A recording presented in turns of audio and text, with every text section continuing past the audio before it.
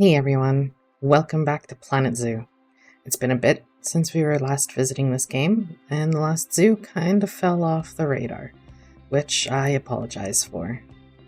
But I really wanted to play Planet Zoo again, except I wanted to play for myself for fun and doing a mode and builds that I enjoy. And I just wasn't enjoying the previous zoo. I didn't have access to interesting animals that others or myself had spent countless hours in thoughtful crossbreeding to achieve, and in sandbox mode, I only had access to quote-unquote wild bloodlines from the animal trading. So it would have taken me a lot of off-camera time and effort to achieve healthy, non-related bloodlines with said interesting animal varieties. Like with Prehistoric Kingdom, a lot of the content is going to be time-lapse, but since I'm playing in franchise mode, this will give me some room for in-the-moment content capture. I'm playing the franchise mode in normal difficulty with all behaviors and wellness needs enabled, so it's possible to have escapees and aggressive behaviors if I get the gender ratios wrong. The zoo is located in Temperate Zone of Europe, but there's not going to be any overall theme idea. I'm just going to build ideas as they come to me and introduce animals as I'd like to see them. But that's not to say that viewers can't request animals or themes or offer ideas. Please do. I've been having such a good time reading comments and learning new things from the comments on Prehistoric Kingdom videos, and I hope those comments continue on in Planet Zoo. Now, all that rambling aside, today, we're starting off the zoo with a little exhibit species, the red-eyed tree frog and the American alligator as our habitat species. I hadn't known what species I was going to do for either of them until I came across them and decided that, yep, that's the one I'm doing. When I figured out that I was doing the American alligator, I had the idea to have the waterfront open for guests to view close. And I wanted to block off the view to the staff centers, so I popped up a little hill to block off the other side of the habitat. I'm pretty sure in the future this whole area will be getting revamped, or we'll switch out the species for a caiman maybe, as the area is just big enough for this male and his two mates. While doing some off-camera fast-forwarding of the zoo for some money, they mated many times and produced several clutches of babies, most of which ended up getting moved into a holding enclosure behind the staff center. I ended up putting the male on contraceptives, so he didn't end up with too many babies.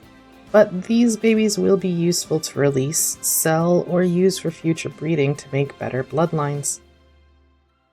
Back to the discussion of the enclosure.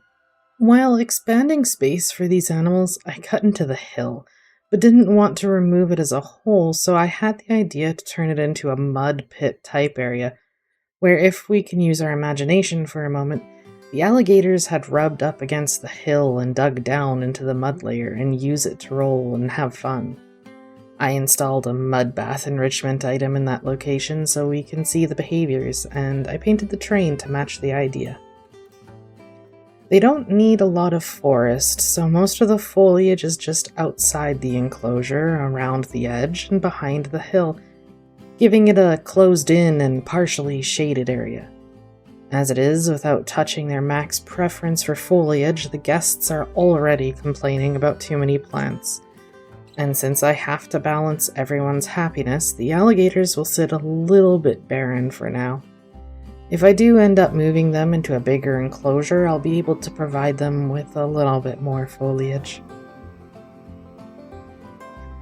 The exhibit species is not in its permanent location, nor is it the correct species for that location, but is instead just a temporary moneymaker, as once a male is introduced, they produce offspring steadily, and I don't have to spend extra money feeding as they grow and can just sell instantly.